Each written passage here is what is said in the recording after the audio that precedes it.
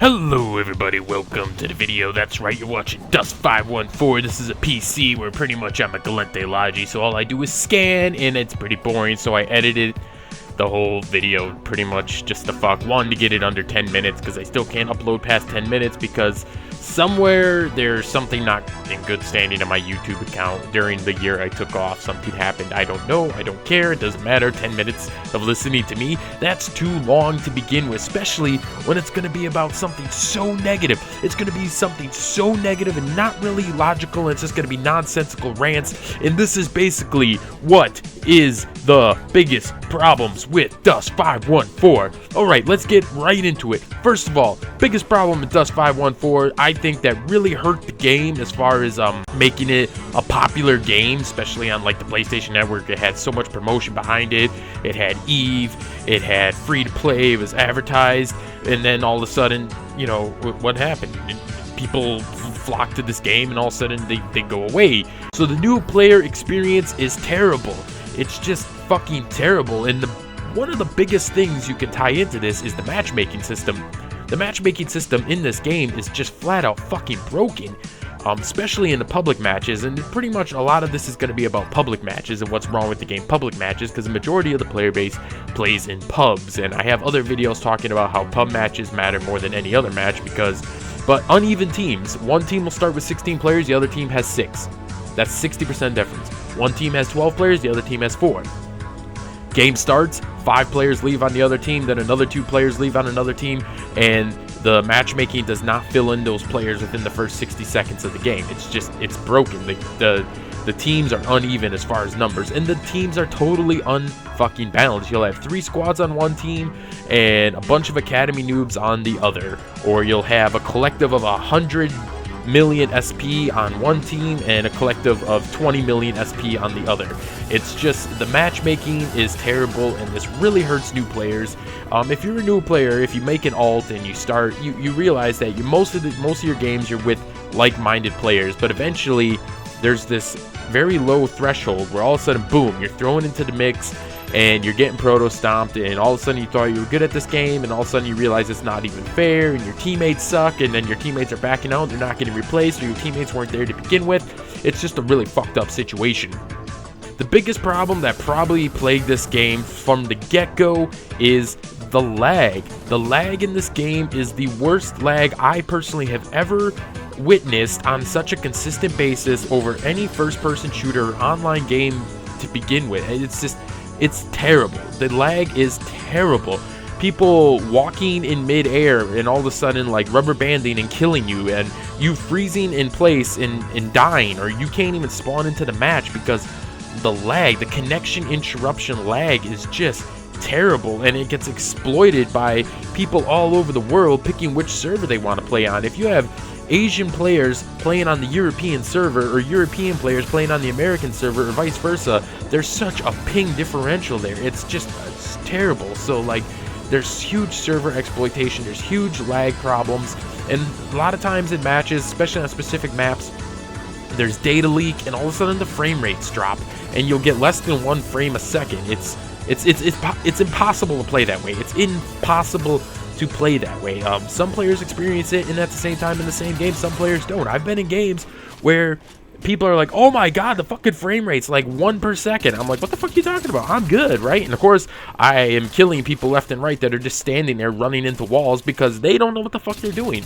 And then there's the PC lag. It's gotten a lot better, probably in the last 6 months to a year, but PC, I mean, it's supposed to be the end game, and it's an insult to play PC because of the lag. I mean, the lag in this game is just fucking god awful. Rubber bands, data leaks. Anytime someone leaves or joins the battle, there's a huge lag spike. Anytime an RDV or a dropship gets called in, huge lag spike.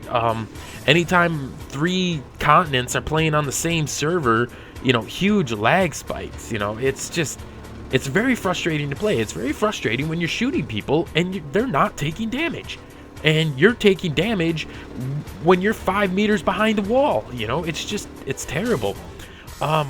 Yeah, the lag.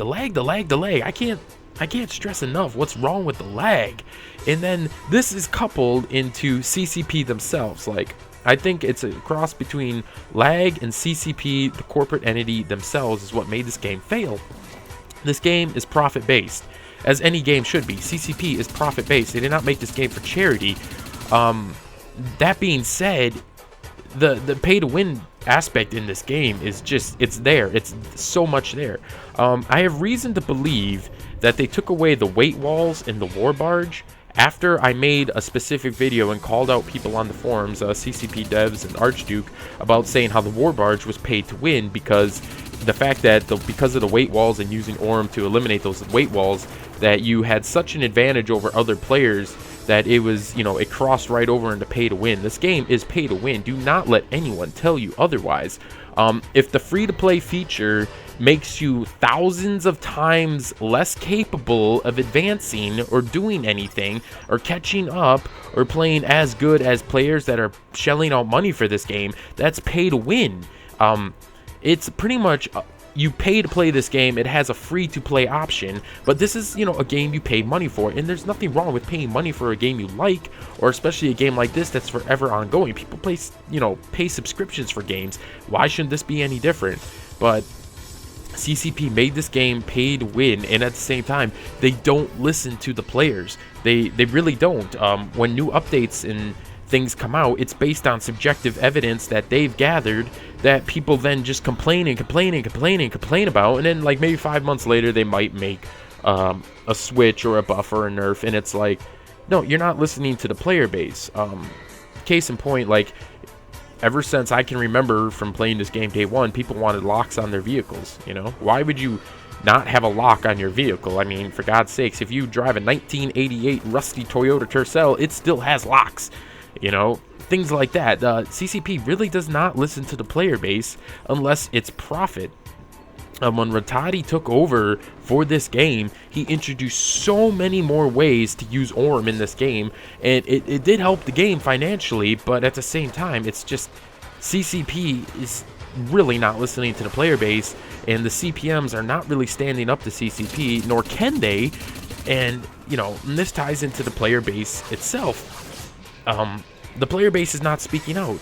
The player base is just, you know, anytime there's something overpowered or fit of the month or camping a spawn, the player base is, you know, not speaking out because it benefits them. Go look at a Saxon Mish video. There's videos on his website where he's getting like 70 or 80 kills in a game. That's pretty astronomical. But is Saxon Mish turning around and saying, oh yeah, you know, this is obviously a broken matchmaking system and a broken spawn camping system and overpowered weapons? No, he's saying, look how beast I am, because it benefits him. That's the problem with the player base. The player base and CCP are not in lockstep, and for a game like this, they had such great opportunity to do that because the small, intimate player base and the relationship they have with the devs, it's terrible. And then basically, the last thing I want to touch on is the game itself. The unbalanced playing methods. You can do strafing, back and forth, and you're basically exploiting bad frame rate and lag and lousy hit detection. So they nerfed that, but you can strafe vertically 20 meters a second and jump up in the air and use mass drivers, whatever. You know, it's like there's no balance to that. What is the balance to instantly going 20 meters on the screen into the air, jumping? Or I think they nerfed it now, it's like 12 meters, but still, that's 12 meters a second. That's faster than you can make anything run in this game. It has zero logic. It has zero balance. Tank missiles, large tank missiles, have a blast radius of 1.5 meters, but a core locust grenade has a blast radius of almost 7. Does that make sense? And the core locust grenade does more damage. Does that make sense? Why the fuck would a large fucking tank missile have the least amount of explosive damage in the game? That doesn't make sense. In a pub match, it doesn't matter if you win or lose, you still get ISK and SP either way. In a pub, you're better off protecting your KD and not losing assets than trying to win. You know, so that makes no sense. Different. I mean, that doesn't make any sense. And then aim assist in this game. A combat rifle has stronger aim assist than, say, a scrambler rifle, and a bolt pistol, a sidearm, has stronger aim assist than all of that. It doesn't make sense. Why do all the guns have different aim assists? You know, and then some guns obviously don't have aim assist. But that's my little rant on what's wrong with this game and the logic flaws behind it, and tell me what you think.